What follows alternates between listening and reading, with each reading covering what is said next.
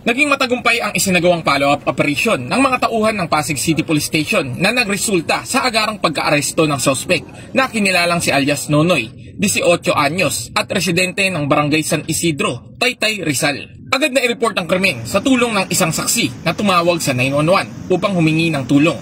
Rumesponde ang kapulisan ng Substation 7 Rosario, Pasig at nagsagawa ng initial investigation at backtracking ng mga CCTV footage malapit sa pinangyarihan ng krimen. Isang saksak sa leeg ang kinamatay ng biktima na ayon sa investigasyon ay dati na itong nakaalitan ng suspect dahil sa away pag-ibig.